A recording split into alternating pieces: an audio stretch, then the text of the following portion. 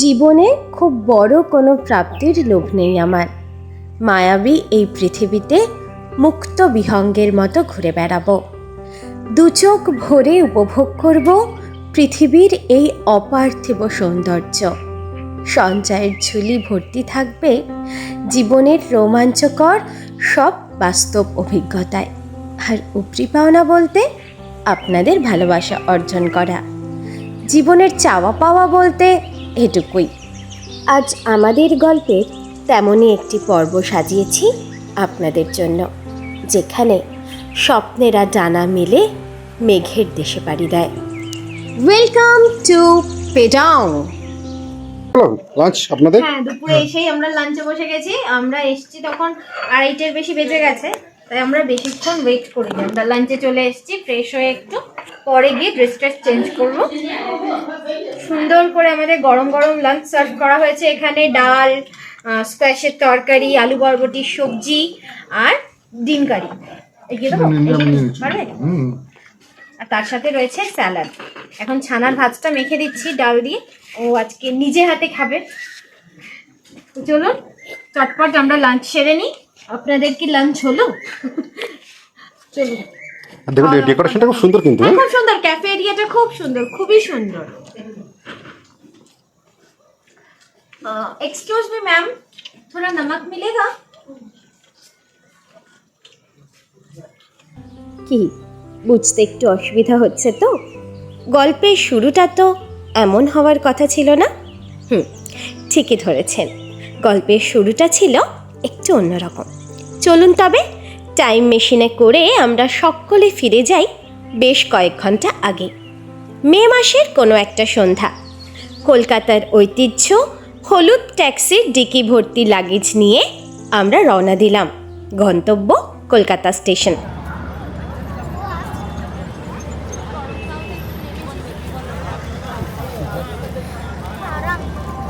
আমাদের ট্রেন দিয়েছে কলকাতা স্টেশনের 3 নম্বর প্ল্যাটফর্মে। এখন লাগেজপত্র নিয়ে একটু দাঁড়িয়ে রয়েছি, কারণ ওরা একটু বাইরে গেছে, কিছু মেডিসিন নেওয়ার আছে যেগুলো নেওয়া হয়নি। আর দেখতে পাচ্ছেন গরমে কি নাজেহাল অবস্থা।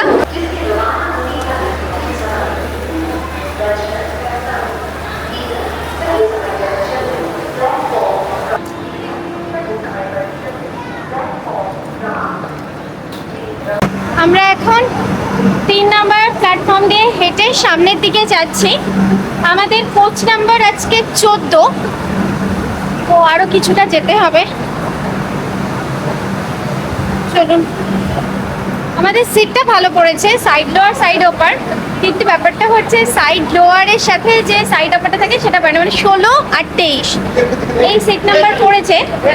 তো দেখি কেউ যদি অ্যাডজাস্ট করে তাহলে 3 জন একসাথে বসতে পারবো, না হলে আমাকে ছানাটাকে নিয়ে একা বসতে হবে আর আমার হাজব্যান্ডকে আলাদা বসতে হবে।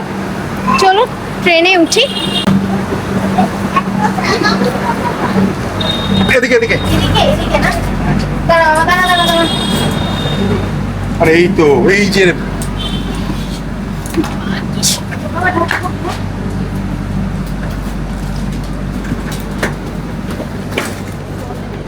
হ্যাঁ চলো। এই তো শোনো। ট্রেনে উঠে আগে লাগেজগুলোকে জায়গা মতো রেখে তারপর আমরা বাইরে আসলাম। আপনাদের সাথে একটু গল্প করব আর টুকটাক ইনফরমেশনগুলো শেয়ার করে নেব। আমরা রয়েছি আজকে কলকাতা স্টেশনে। কলকাতা স্টেশনে 3 নম্বর প্ল্যাটফর্মে রয়েছে আমাদের ট্রেন। আজকে আমরা যাত্রা করছি 12517 কলকাতা গুয়াহাটি গরিব রথে, যে ট্রেনটা সপ্তাহে একদিন প্রত্যেক বৃহস্পতিবার রাত্রে 9:45 কলকাতা থেকে ছাড়ে। গল্পের শুরুতে তো আপনারা বুঝেই গেছেন যে আজকে আমরা কোথায় যেতে চলেছি বা আমাদের গন্তব্যস্থল কোথায় হতে চলেছে। তবুও আরও একবার একটু ভালো করে প্রত্যেকের কাছে ক্লিয়ার করে দেওয়ার জন্য আমি বলি আমার মতো করে, লাইক দিস টাইম। গরমে যখন প্রাণ হাঁসফাঁস, ছাতি ফাটছে কলকাতার, আপামর বাঙালির হোক না একটু দুদিনের আশ্রয়, সবুজ স্নিগ্ধ পাহাড়। এই ট্রেন প্রত্যেক বৃহস্পতিবার রাত 9:45-এ কলকাতা স্টেশন থেকে ছেড়ে 571 কিলোমিটার যাত্রাপথ কমপ্লিট করে এনজেপি পর্যন্ত পরের দিন সকাল 7:25 তো এইটুকু আপডেটস না হয় কলকাতা স্টেশনেই থাকলো, বাকি আপডেটস আপনাদের সাথে করে নিয়ে ট্রেনে উঠে আবার বলবো। চলুন।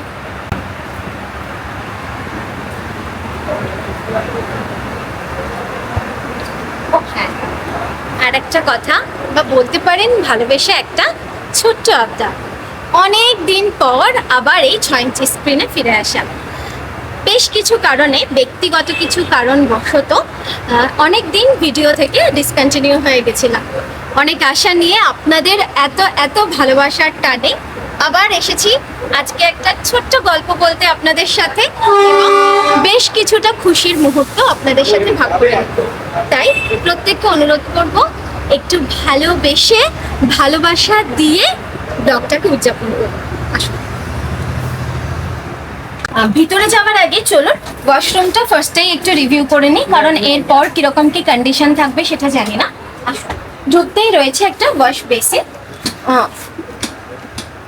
জল পড়ছে না, প্রথমেই জল পড়ছে না, পরে কি হবে জানি না। আসুন। এই হচ্ছে একটা ইন্ডিয়ান টয়লেট, আপাতত পরিষ্কার পরিচ্ছন্নই রয়েছে। ইন্ডিয়ান টয়লেট রয়েছে, এখানে ওয়াশ বেসিন রয়েছে। যথারীতি বাইরের কলটায় জল পড়ছে না, ভিতরের কলেও জল পড়ছে না।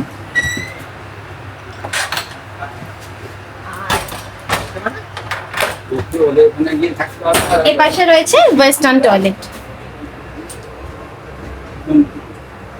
ঘড়িতে সময় এখন ঠিক 9:45, আর ঠিক নির্ধারিত সময় অনুযায়ী কিন্তু আমাদের ট্রেন রওনা দিল তার গন্তব্যের উদ্দেশ্যে।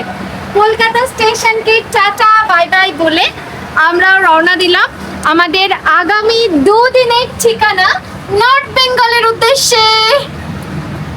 আর এই ট্রেনে মানে কলকাতা থেকে নর্থ বেঙ্গল পর্যন্ত এই ট্রেনে মোট 8টি রয়েছে স্টপেজ বা হল্ট স্টেশন। তো আমাদের পরবর্তী স্টেশন বা পরবর্তী স্টপেজ হচ্ছে ব্যান্ডেল জাংশন। কলকাতা থেকে ব্যান্ডেল জাংশনের দূরত্ব মোটামুটি 43 কিলোমিটার মতন। জগন্নাথের নাম নিয়ে যাত্রা শুরু হচ্ছে, আপনাদের সকলের আশীর্বাদ নিয়ে যাত্রা শুরু করছি।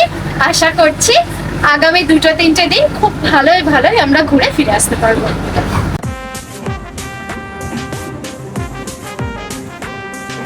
এই ট্রেনের সিটিং ক্যাপাসিটিগুলো আপনাদেরকে একটুখানি দেখিয়ে দেবো। বেসিক্যালি থার্ড ইকোনমির যেরকম সিটিং ক্যাপাসিটি থাকে ঠিক সেরকমই রয়েছে সিটিং ক্যাপাসিটি।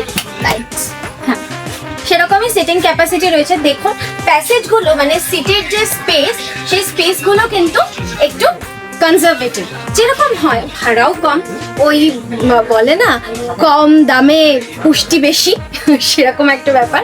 ভাড়াটাও কম, পুরো ট্রেনটাই এসি, আর যেহেতু একটু কনজারভেটিভ, স্পেসটা যেহেতু কম, তাই জন্য এর সিট সংখ্যাও কিন্তু প্রতি কোচে বেশি। 80টা করে সিট রয়েছে। নর্মালি যেমন 3:2 আর এদিকে 2 থাকে, 3:2 রেশিওতে সেরকমই সিটিং ক্যাপাসিটি রয়েছে, শুধু স্পেসটা একটু চাপা, এটাই। বাদবাকি যা যা নর্মাল ফিচার্স তাই থাকে। বেডরোলও কিন্তু প্রোভাইড করা হয়েছে, দেখতেই পাচ্ছি। আর ট্রেন একেবারে জার্নির শুরুতেই যেটা আমার ফার্স্ট ইমপ্রেশন, সেটা হচ্ছে নিট অ্যান্ড ক্লিন, কামরাগুলো পরিষ্কার পরিচ্ছন্ন, এটাই হচ্ছে বিষয়। তো চলুন যাত্রা শুরু হোক, যেতে যেতে আরো অভিজ্ঞতা শেয়ার করে নেব।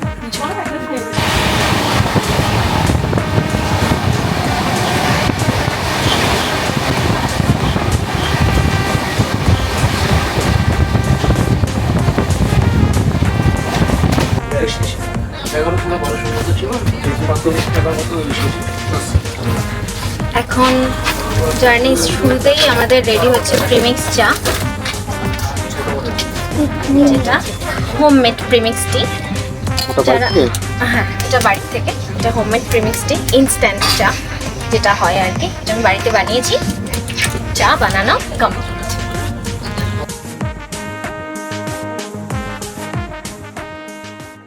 আপনাদের অবগতর জন্য জানিয়ে রাখি, এই ট্রেনে কিন্তু প্যান্ট্রি নেই, কিন্তু তাহলেও সাইড প্যান্ট্রি যেহেতু রয়েছে তাই জন্য খাবার দাবার মোটামুটি অ্যাভেলেবেল। ওই আন্ডা বিরিয়ানি, চিকেন বিরিয়ানি এগুলো কিন্তু ট্রেনে অ্যাভেলেবেল আছে, জলও অ্যাভেলেবেল আছে।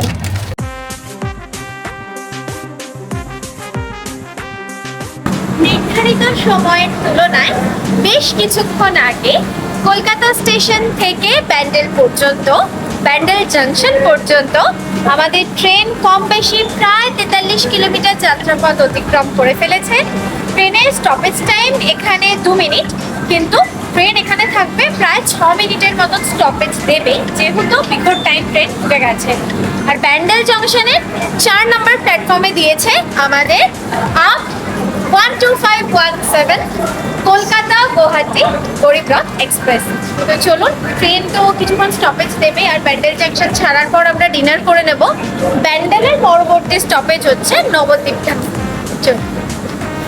কলকাতা থেকে ট্রেনটা ছাড়ার সময় যতটা ফাঁকা ফাঁকা ছিল, ব্যান্ডেল থেকে কিন্তু ততটাই ভর্তি হয়ে গেছে। ব্যান্ডেল থেকে প্রচুর প্যাসেঞ্জার কিন্তু ট্রেনে বোর্ডিং করেছে। তো চলুন দেখি আমাদের সিটটা অ্যাডজাস্ট করা যায় নাকি, সেই সিটের মালিক এসছে নাকি।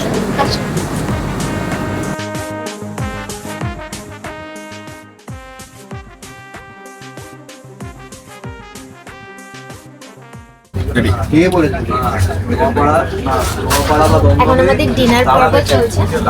ডিনারে রয়েছে ফ্রাইড রাইস আর চিলি চিকেন, যেটা বাড়ি থেকে আমি বানিয়ে এনেছি। আগে পুচকিটাকে খাইয়ে দেবো। ব্যান্ডেল জাংশন ছেড়ে গেল, তো ব্যান্ডেল ছেড়ে যাওয়ার পর আমরা ডিনার কমপ্লিট করে দেবো। পুচকিটাকে খাইয়ে দিয়ে তারপর কেমন আছে বাবা? ভালো ভালো আছে তো? ভালো হয়েছে, ভালো।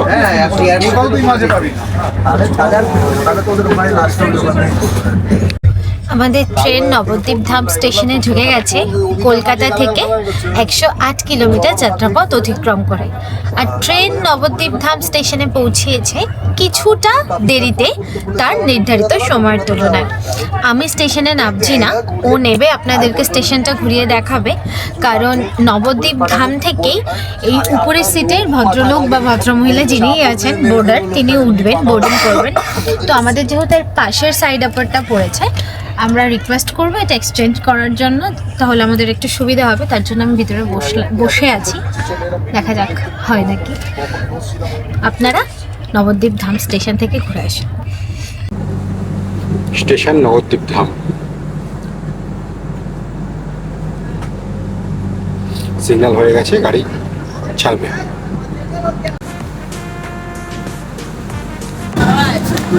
ঘড়িতে সময় এখন রাত 12টা বেজে 25 মিনিট।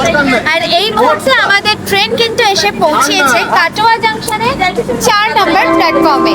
তার নির্ধারিত সময়ের তুলনায় প্রায় 5 থেকে 7 মিনিট দেরিতে। তো আমরা এখন প্ল্যাটফর্মে নামলাম, নেমে কিছুক্ষণ একটুখানি দাঁড়িয়ে কয়েক সেকেন্ড আবার ট্রেনে উঠে যাব। এর পরবর্তী স্টপেজ আজিমগঞ্জ, কিন্তু ততক্ষণ জেগে থাকা বোধহয় সম্ভব হবে না। সকালবেলা অফিস করেছি, অফিস ফেরত আবার এই জার্নি, মাঝখানে সময়টুকুনি যদি একটু রেস্ট না নিয়ে নিই তাহলে কালকে সারা দিনের জার্নিটা এনজয় করতে পারবো না। তো চলুন, কাটোয়া জাংশন থেকেই সবাইকে গুড নাইট বলে আমরা চলে যাচ্ছি ঘুমু করতে। ঘুম থেকে উঠে আপনাদের সঙ্গে দেখা হবে একটা নতুন সকালে।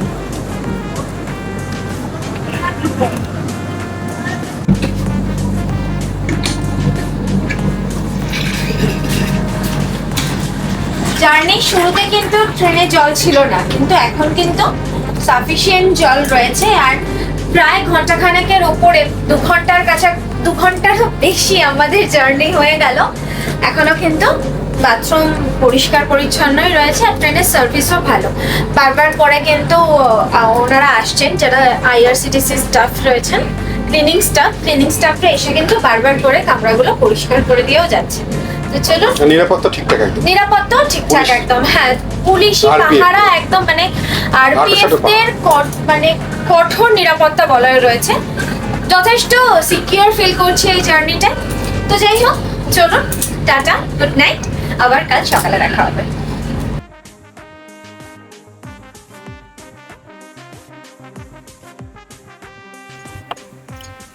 Good morning, everyone.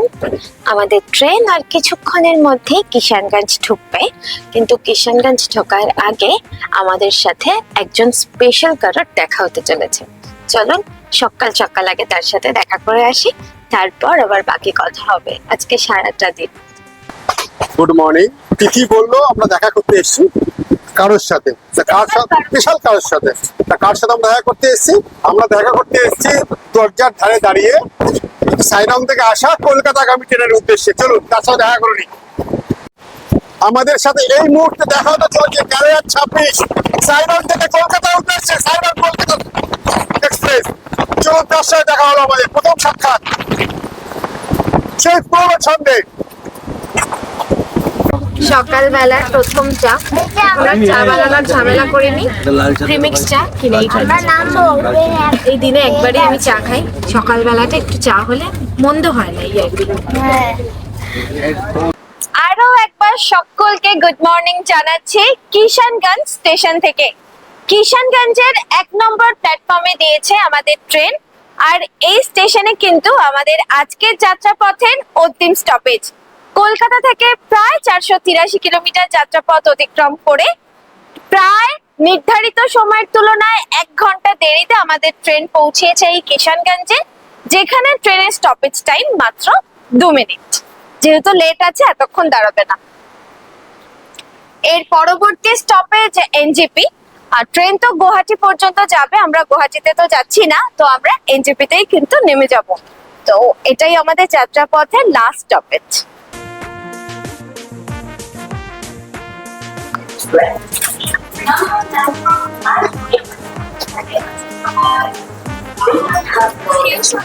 আমাদের আজকের জার্নির প্রথম পর্ব, মানে ট্রেন জার্নি এখানে শেষ, এবার রোড ট্রিপ শুরু। এনজেপির 3 নম্বর প্ল্যাটফর্মে দিয়েছে আমাদের ট্রেন। ট্রেনকে এবার বাই বাই বলে দেওয়ার পালা। ট্রেন যাবে তার গন্তব্য গুয়াহাটির উদ্দেশ্যে, আর আমরা এখান থেকে চলে যাব আমাদের আগামী 2 দিনের আস্তানার উদ্দেশ্যে। ট্রেন কিন্তু নির্ধারিত সময়ের তুলনায় প্রায় 40 মিনিট লেট রয়েছে। জানি না আগামীতে বা এর পরে সেই লেট কভারেজ করে তার অন্তিম গন্তব্যে ঠিক সময় মতো পৌঁছতে পারবে কিনা। তো চলুন, আমাদের গাড়ি অলরেডি বাইরে দাঁড়িয়ে রয়েছে। হোমস্টে, যেই হোমস্টে আমরা বুক করেছি সেই হোমস্টের সাথেই কিন্তু আমরা কন্ট্যাক্ট করে গাড়িও বুক করে নিয়েছিলাম। তো ড্রাইভার দাদা এসে গেছেন, এসে আমাদেরকে কলও করে নিয়েছেন। এবার এখান থেকে বেরিয়ে নিউ পার্কিং এর দিকে যাব, গিয়ে গাড়ি পেয়ে আবার আপনাদের সাথে কথা বলছি।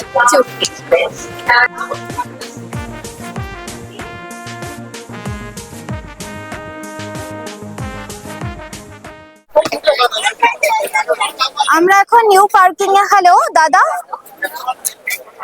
হ্যাঁ ও এসে গেছে, আর আমাদের ড্রাইভার দাদার সাথে আমাদের দেখা হয়ে গেছে। আমরা এখন নিউ পার্কিং এ এসে ওয়েট করছিলাম এই টয়লেটের সামনেটায়।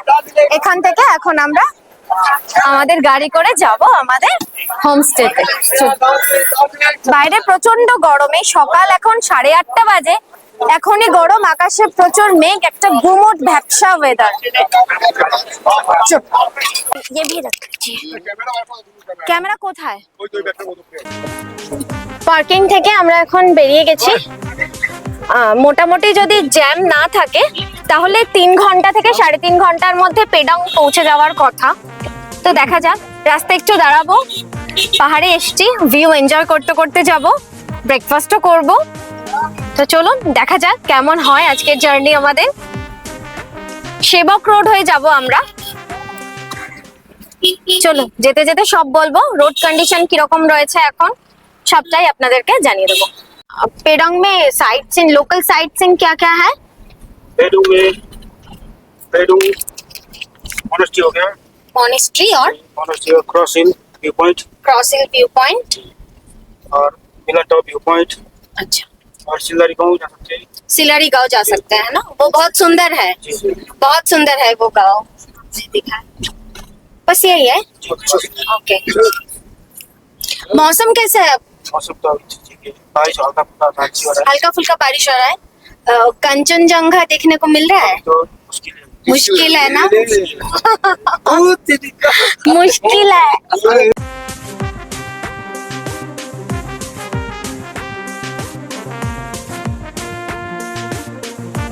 সেবকে ঢুকলাম আমরা, মানে সেবক রোড তো আগেই ধরে নিয়েছি, এখান থেকে প্রপার সেবক শুরু হয়ে যাচ্ছে, আর হিল রোড তো শুরু হয়েই গেছে। এই যে এনজিপি থেকে গাড়ি ছাড়ার পর শিলিগুড়ির কাছাকাছি আসলেই দূর থেকে যে পাহাড়টা দেখা যায়, উঁকিমারি মেঘে ঢাকা, কুয়াশা ঢাকা পাহাড়, তার একটা আলাদাই অনুভূতি। আর এই অনুভূতি বাঙালি ছাড়া কেউ অনুভব করতে পারবে না বস। ঠিক পুরীতে দেখবেন যখন গাড়ি করে যাওয়া হয় হোটেলগুলোর দিকে, বেশ কিছুটা যে যখন গাড়িগুলো টার্ন নেয় তখন বাদিকেই যে সমুদ্রের প্রথম দর্শন, ওটার যে দেখতে দেখতে তিস্তাও চলে এসছে একদম ডান দিকে, আমাদের সাথে সাথে কিন্তু তিস্তাও এবার সঙ্গ দেবে বেশ কিছুক্ষণ। তো যাই হোক, এই যেটা বলছিলাম সেই অনুভূতিটা আলাদাই। মানে আপনি যতবারই পুরী যান, আপনি যতবারই দার্জিলিং আসুন, এই প্রথম পাহাড় দেখার আনন্দ আর প্রথম সমুদ্র দেখার আনন্দ, এই উপলব্ধি আলাদা। আর এটা যদি আপনার প্রত্যেকবার একই রকম মনে শিহরণ না জাগায় এই আনন্দটা, তাহলে ভাই আপনি আপামর বাঙালির নন। দারুণ দারুণ ফিলিংস, আর ওয়েদার এখন দারুণ, মানে দুর্দান্ত অ্যাটমসফিয়ার, বেশ হালকা হালকা ঠান্ডা ঠান্ডা হাওয়া দিচ্ছে, এসির কোনো দরকারই নেই। এসি অফ করে আমরা এখন প্রকৃতিকে সুন্দরভাবে মন ভরে প্রাণ ভরে অনুভব করছি। কেমন লাগছে বাবা? ভালো লাগছে? সবাইকে একটু গুড মর্নিং বলে দিতে, তো সকাল থেকে গুড মর্নিং বলিস নি কেমন? গুড মর্নিং বলেই ওর চার্জ স্লো হয়ে যাচ্ছে, ওর আবার একটু ঘুমানোর ইচ্ছে। যাই হোক, চলুন কিছুক্ষণের মধ্যেই সেবক কালীবাড়ি চলে আসবে, আমরা সেবক কালীবাড়িতে মায়ের দর্শন করব, তারপর আবার এগিয়ে যাব। উল্টো দিক থেকে রাস্তাটা গেছে, ঠিক উল্টো দিক থেকে সেটা দিয়ে ডুয়ার্স যাওয়া যায়। আমরা কিন্তু ডুয়ার্স, হ্যাঁ আমি কিন্তু ডুয়ার্স যাইনি, এখন তো যাওয়ার সৌভাগ্য হয়নি। যদি কোনোদিন হয় ডুয়ার্স ভুটান ওখান থেকে যায়।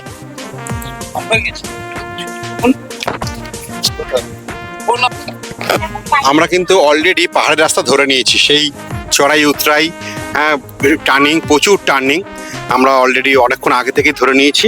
আর পুরোপুরি পরিবেশ পুরোপুরি বদলে গেছে একদম, মানে প্রকৃতির যে পরিবেশ, প্রকৃতি যে কতটা চেঞ্জ হতে পারে সত্যি যারা পাহাড়ে না আসলে বোঝা যায় না।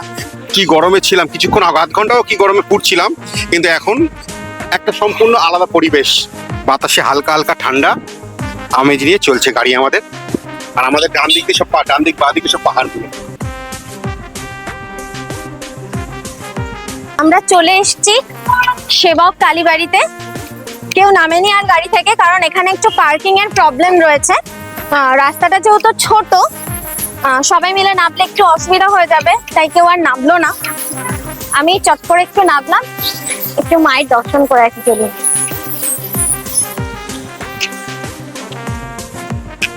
আমি গিয়ে মায়ের দর্শন করে এলাম, কিন্তু ভিতরে ফটো তোলা স্ট্রিক্টলি প্রহিবিটেড, তাই জন্য আমি কিন্তু ফটো তুলতে পারলাম না ভিতরে মায়ের। তো যেটা রুলস আছে সেটা মানা উচিত। চুরি করে হয়তো তুলতেই পারতাম, কিন্তু সেটা তো ঠিক নয়, তাই জন্য চলুন এবার যাই গাড়ির দিকে। মন্দিরের সামনে আমাকে গাড়ি নামিয়ে তো দিয়েছে, কিন্তু এখানে যেহেতু দাঁড়ানোর পারমিশন নেই, কিছুটা এগিয়ে যেতে হবে আমাকে। আর আমি আমার জুতো গাড়িতেই ছেড়ে এসেছি, আর মন্দিরে উঠবো কোথায়, আবার জুতো টুতো রাখার সমস্যা হবে, গাড়িতে থাক সেটাই বেটার। চলুন যাই, দেখি গাড়ি কোথায়। আপনারা চাইলে কিন্তু এখানে পুজো দেওয়ারও ব্যবস্থা আছে। মন্দিরের আশেপাশে প্রচুর এরকম পুজোর ডালার দোকান আছে। যারা ভাবছেন মায়ের মন্দিরে পুজো দেবেন, তারা দিতেই পারেন। এখান থেকে পূজার ডালা সংগ্রহ করতে পারবেন। অনেক দোকান পরপর দেখুন। কিন্তু গাড়ি কোথায় দেখতে হবে। এই সামনের এই পার্কিং আছে, মন্দির থেকে এগিয়ে এসে এই পার্কিং এই আমাদের গাড়ি ছিল, এসে গাড়িতে উঠেও পড়েছি। চলুন এবার এগিয়ে যাই সামনের দিকে। এগিয়ে গিয়ে আগে আমাদের করতে হবে একটু ব্রেকফাস্ট, কারণ সকাল থেকেই সবার খালি পেট একটু চা ছাড়া আর কিছু খাওয়া হয়নি। একটু ব্রেকফাস্ট করতে হবে, ব্রেকফাস্ট করে গাড়িতে জলও নেই, জলও নিতে হবে, নিয়ে তারপরে আবার আমরা জার্নি শুরু করব। চলো। কেমন আছো কে নেপালিতে কি বলে?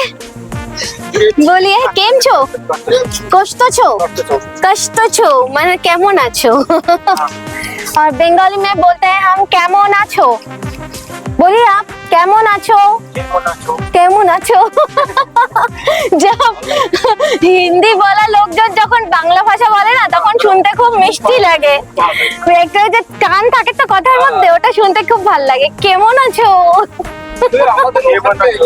কেমন আছো কিন্তু যতই বলুন সব ভাষায় সুন্দর সব ভাষায় মিষ্টি সব ভাষার মধ্যেই আলাদা একটা প্রেম আছে মাধুর্য আছে কিন্তু বস বাংলা ভাষার মতন পুরো ওয়ার্ল্ডে কোনো ভাষা নেই তাই তো এত সুন্দর মিষ্টি ভাষা সারা পৃথিবী ঘুরে আসলেও তুমি পাবে না এই দেখুন এটা হচ্ছে করোনেশন ব্রিজ এই যে कोरोनेशन ब्रिज এটা এই कोरोनेशन ब्रिज দিয়ে কিন্তু ডুয়ার্স যাওয়ার রাস্তা সিকিমও जा सकते हैं यहाँ से सिर्फ डुয়ার্স আচ্ছা सिर्फ মানে শুধু ডুয়ার্স যাওয়া যাবে এই রাস্তা থেকে কানেক্টেড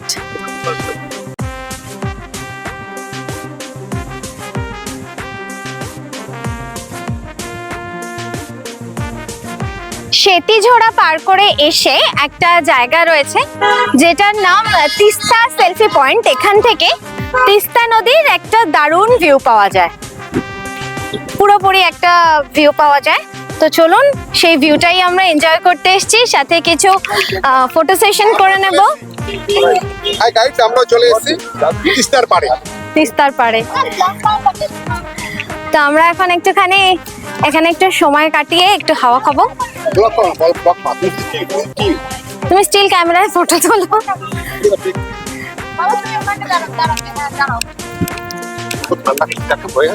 হ্যাঁ এক এক সময় এই সেই ভয়ঙ্কর রূপ ধারণ করে হ্যাঁ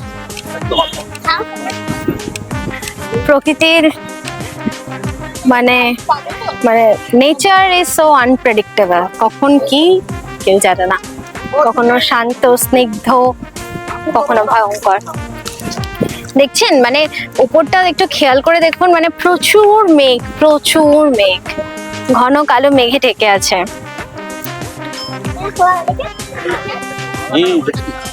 হ্যাঁ ছোট ছবি তুলবে দেখুন সেম ক্যামেরার দুজন বন্ধু মানে ওর কাছেও সেম ক্যামেরা আছে তো ওদের এখানে এসে ফ্রেন্ডশিপ হয়ে গেছে নাম বলে দাও তো ফ্রেন্ডসদের নাম কি তোমার আমার নাম সাত্তকি বাসু কোথা থেকে এসছো কলকাতা থেকে তুমিও ফটো তুলছো এতে ফটো ক্লিক করছো হাই করে দাও সবাইকে একটু হাই করে দাও চলো আমরা গাইতে যাই আমার 2 মিনিট লাগবে তোমার ও এই তো আছে হ্যাঁ আমাদের আর কোনো চিন্তা নেই আমাদের চাকরি বাকরি ছেড়ে দিও করে খাওয়ার চিন্তা নেই ছেলে ব্লগ করছে মা ব্লগ করছে বাবা আপনাদের বাড়িতে যদি কোনো ব্লগিং এর কাজ থেকে আমাদের ডাকবেন আমরা একদম বেকার আমরা গিয়ে ব্লগ ভিডিও বানিয়ে দেবো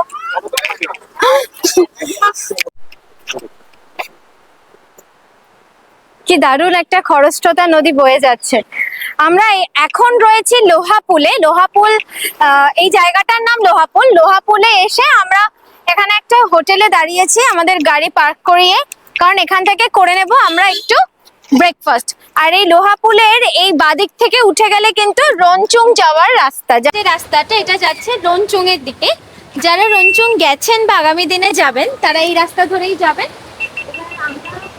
ব্রেকফাস্ট করে নেবো চলুন ভিতরে যাই অর্ডার দিই দেখি কি খাওয়া যায় যত তাড়াতাড়ি এখানে ব্রেকফাস্ট পর্ব শেষ করতে পারবো আমরা তাড়াতাড়ি গাড়ি ছাড়তে পারবো এখান থেকে আমাদের আরো 2 থেকে 2.5 ঘন্টা লাগবে আমাদের হোমস্টেতে পৌঁছতে চলো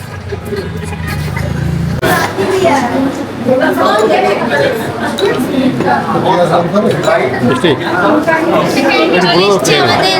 গরম গরম ব্রেকফাস্ট লুচি আর আলুর তরকারি একদম গরম গরম ফুলকো ফুলকো লুচি ঠিক এরকম করে ফাটিয়ে দিতে হয় আঙুল দিয়ে আপাতত লুচি পুরি খাই তারপর আরেকটু উপরের দিকে কালিম্পংয়ের সাইডটায় গিয়ে মোমো খাবো বাবা সামনে বিশাল জ্যাম রে প্রচুর জ্যাম দেখতে পাচ্ছিস দেখ কতদূর জ্যাম দেখ আমি একটু দেখানোর চেষ্টা করছি লম্বা দেখতে পাচ্ছি জ্যাম, কত জ্যাম, মানে দেখ। দেখুন পুরো পুরো গাড়ির লাইন পুরো ওই দূর অবধি, মানে আমি এতটা জুম করে আপনাদেরকে দেখাচ্ছি। ভগবান আরে, জানে এখানে গরম যে এখন নেই।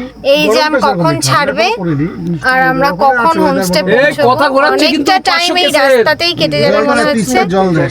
এমনিতেই তো পৌঁছতে পৌঁছতে 12টা বাজারই কথা। এই 500 সেখানে কেসের কথা এত ঘোরাচ্ছে জ্যাম কিন্তু। কখন ছাড়বে, পাহাড়ের জ্যাম তো একদমই আনপ্রেডিক্টেবল, কিছু বলা যায় না। জানি না। চলো। তোমাদের কি বক্তব্য এই পাহাড়ি জ্যাম দেখে? ঠিক আছে, বলা যায় না, জ্যামের কথা কিচ্ছু বলা যায় না। বলা তো যায় না, এখন কি কিরম লাগছে এই জ্যামে পড়ে সেটা বলো।